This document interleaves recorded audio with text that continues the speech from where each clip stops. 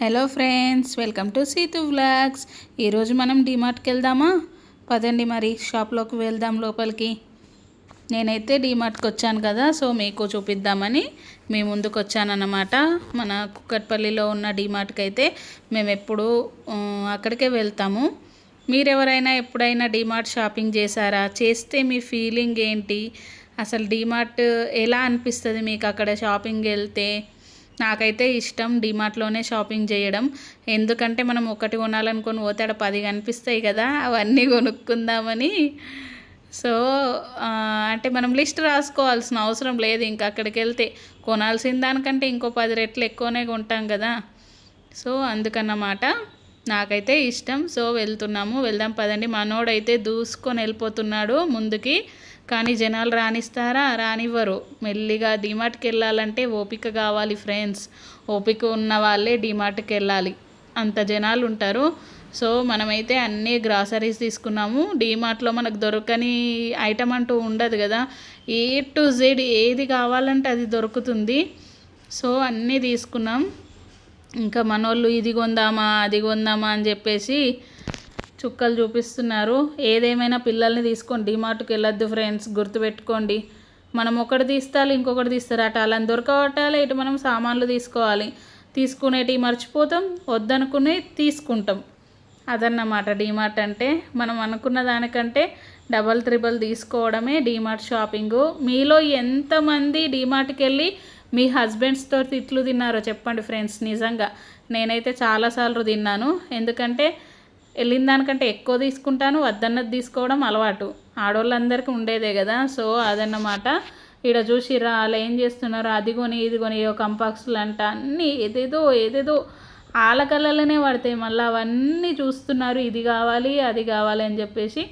కంపాక్స్ boxes అన్నీ. ఇంకా వీడి డ్యాన్స్ చేసుకుంటా మరి వెతుక్కుంటున్నాడు. స్కూల్ బ్యాగులు, ఇంకా మొత్తం స్కూల్ ఐటమ్స్ అన్నీ. ఇప్పుడు స్కూల్ సీజన్ కదా, సో అన్నీ బుక్స్తో సహా అన్నీ ఉంటాయి. పొట్టి చూడండి ఎంత మంచి కూర్చొని ఎంజాయ్ చేస్తున్నది. దానికి మ్యూజిక్ అది కొనిచ్చాము, ఇంకా మంచిగా ఆడుకుంటూ ఎంజాయ్ చేస్తుంది. ఇంకా నేనైతే హ్యాండ్ బ్యాగ్స్, బెడ్షీట్స్ కూడా తీసుకున్నాను. బెడ్షీట్స్ అయితే చాలా తక్కువ కాస్ట్, చాలా బాగున్నాయి.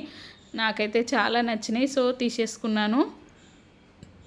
ఇదన్నమాట మన డీమార్ట్ షాపింగు. సో ఎంతమందికి డీమార్ట్ షాపింగ్ ఇష్టమో చెప్పండి. నాకైతే ఇష్టం అని చెప్పాను కదా. ఇంకా చూస్తే షాక్ అవుతారు. నేను రాసుకొని వచ్చిన లిస్ట్ ఇంత, అక్కడ వచ్చిన సరుకేమో అంత. మా ఆయన అయితే తిట్టడం దగ్గరగా 13K 14K వరకు అయ్యిందనమాట. ఇంకా తిట్లు పడుతూనే ఉన్నాయి. అయినా మనం పట్టించుకుంటామా? మనం చేసేది మనం చెయ్యాలి కదా ఫ్రెండ్స్. మరి ఇంట్లో ఒక సరుకులు అన్నీ కావాలంటే, తినడానికి అన్నీ ఉండాలంటే అన్నీ కొనాల్సిందే కదా. సో మేమైతే తీసుకున్నాము. ఇంకా అసలు బరువు ఫుల్ ఎక్కువ అయిపోయింది. పిల్లో కూడా తీసుకున్నాను. అన్నీ ఇంకా ఇది లేదనేది లేదు, చెప్పులతో సహా అన్నీ తీసేసుకున్నాము. వెయిటింగ్ అనమాట కింద గ్రౌండ్లో. మా ఆయన కారు తీసుకొని వస్తే మళ్ళీ పైనకి వెళ్ళి ట్రాఫిక్ ఉంటుంది కదా, అక్కడ ఎక్కువసేపు వెయిట్ చేయడం ఎందుకని కిందకెళ్ళి సరుకులన్నీ మంచిగా నీట్గా డిక్కీలో సదురుకొని వచ్చేసినాం అనమాట. చూసిరా మా సామాన్ ఎంత అవుతుందో చూడండి.